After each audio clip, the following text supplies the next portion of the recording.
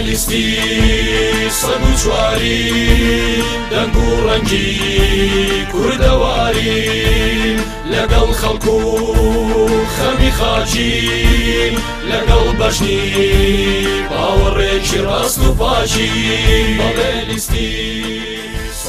کۆمەڵی ئیسلامی وەک هێزێکی ڕەسەن. کۆمەڵی ئیسلامی کوردستان وەک هێزێکی سیاسی ناو داکەوتەی کوردەواری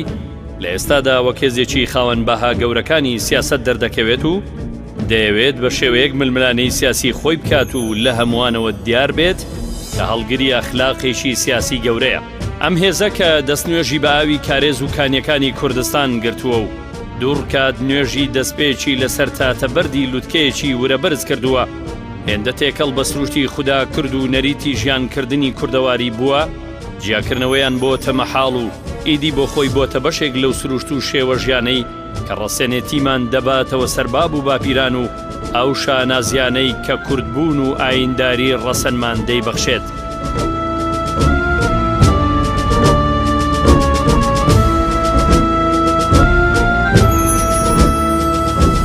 کۆمەڵی ئیسلامی دەچێتەوە ناو تووناوتونەکانی مێژووی ئەم کوردستانە، لای شێخی پیران و قازی جورئەتی کوردایەتی و گیانی فیداکردن فێر دەبێت و لەگەڵ شێخ مەحمووددا دەست دەبات بۆ بڕنەوی بەرەنگاری بە هەیبەتی سەلاحەددینێکەوە ڕوبەڕووی دوژمنانی کورد و کوردستان دەوەستێتەوە.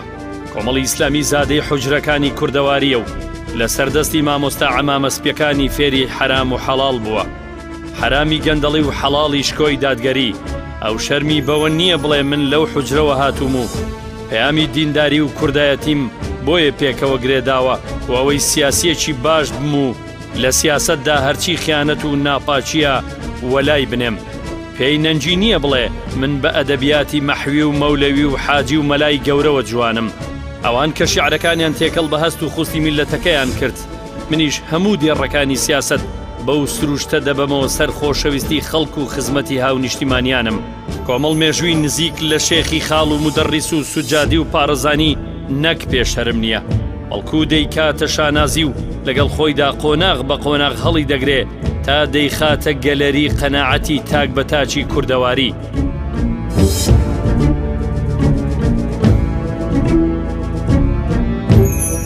کۆمەڵی ئیسلامی پێی نەنجی نییە شانازی بە مێژووی پڕ لە سەروەری تەریقەتی ڕەسەنی قادری و نەقشیەوە بکات،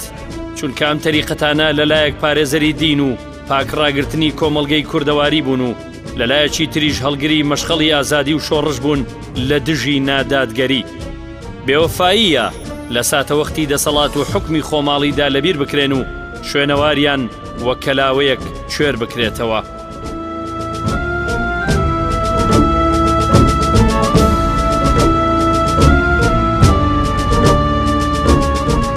کۆمەڵی ئیسلامی غەریبەیەک نییە هەر ڕۆژێ ڕووی لە ڕووگەی ئایدیا و ئایدۆلۆجیایەک بێ، هەر ڕۆژەی بە بیر و باوەڕێکی نامۆ سەرسامی بکات و ڕەسەنێتی خۆی لەبیر بەرێتەوە، هەر ڕۆژەی بیردۆزەیە بکاتە ڕێباز و بەردەباز و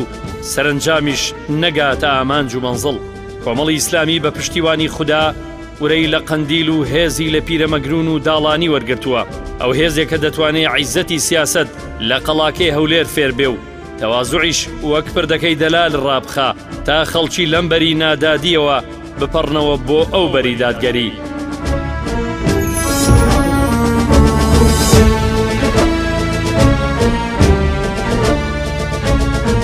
کۆمەڵی ئیسلامی دەتوانێت وەک عومەری خاوەر کوردستان لە باوەش بکات و جێی نەهێڵێ،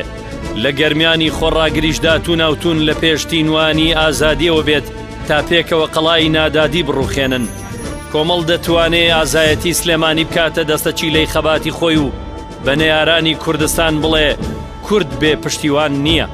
دەتوانێت دەستی لە ناودەستی ڕاپەڕیندا بێت و بڵێ تۆ هێندە حەقت بەسەرمەوە هەیە کە هەرگیز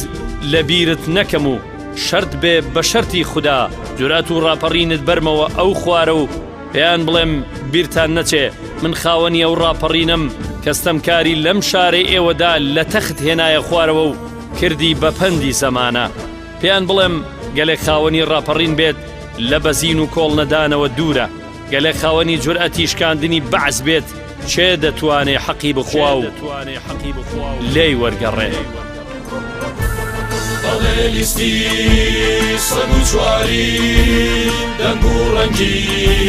کوردەوارین لەگەڵ خەڵکو خەمی خاچین لەگەڵ بەشنی باوەڕێکی ڕاست و پاچی بەڵێ لیستی سەد و چوارین دەنگ و ڕەنگی کوردەوارین لەگەڵ خەڵکو خەمی خاچین لەگەڵ بەشنی باوەڕێکی ڕاست و پاچی